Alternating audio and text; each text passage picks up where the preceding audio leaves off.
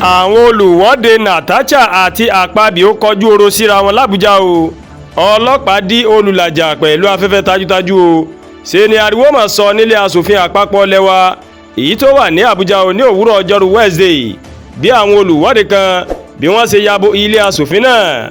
àwọn olùfẹ̀hónúhàn náà ó mà ló mà pín sí igun méjì tí igun kan tó sì ṣe àtìlẹ́yìn fún asòfin Natasha Akpoti tí wọ́n sì ń béèrè pé kí ààrẹ ilé asòfin àgbà kó kọ̀wé fipò rẹ̀ sílẹ̀. igun kejì òun ló ń ṣe àtìlẹ́yìn fún ààrẹ ilé asòfin àgbà Godwin Akpabio tí wọ́n sì ní kò ní kúrò lórí àga tó wà tàbí nílé asòfin àgbà náà. ìṣẹ̀lẹ̀ yìí òun ló sì mú kí ilé ìgbìmọ̀ asòfin àgbà náà kí wọ́n lọ fún ìsinmi ráńpẹ́ o torí ìwọ́de náà. àwọn olùfẹ̀hónú ọ̀hún ó mà ló mà dúró sí ilé ìgbìmọ̀ asòfin tó wà nílùú Àbújá o tí wọ́n sì ń kọ orin ọ̀kọ́ òjọ̀kan láti fi dá ara wọn lára yá o.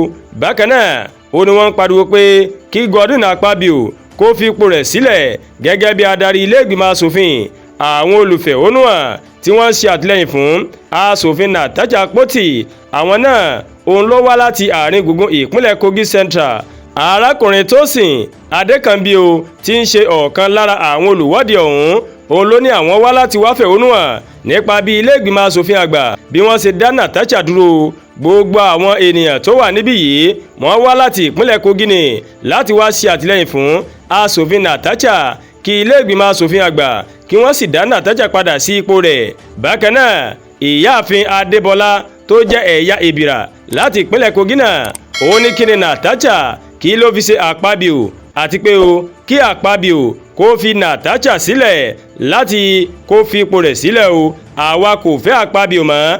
ẹ̀yà Ìbìrà kì í fa wàhálà kì í ṣe dandan kí ọkùnrin fẹ́ obìnrin o láìsí obìnrin kò sí ọkùnrin o.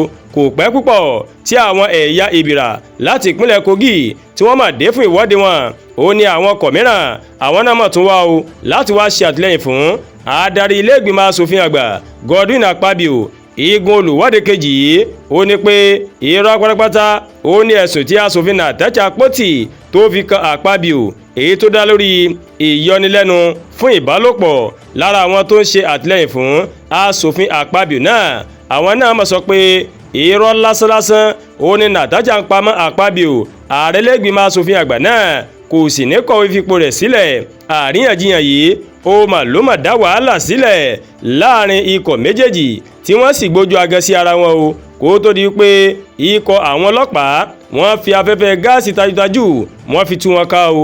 bẹ́ẹ̀ bá gbàgbé ní ọjọ́ Jímọ̀ tó kọjá asòfin Natasha Akpoti láti ìpínlẹ̀ Kogi o ó mà ló mà fẹ̀sùn kan ààrẹ ilé-ìgbìmọ̀ asòfin àgbà Godwin Akpabio pé ó máa ń yọ òun lẹ́nu fún ìbálòpọ̀. bákan náà òun ló ní Akpabio máa ń tàbùkù òun mọ̀ ní gbogbo ìgbà nítorí pé òun máa kọ̀ láti jẹ́ kó bá ní àjọṣepọ̀ kí Ọlọ́run Elédùmarè kó ṣàánú. àdúrà gba Olúwatóyìn ló ń kàròyìn sí létí o láti kàn ní Ẹ̀yà Yorùbá World TV.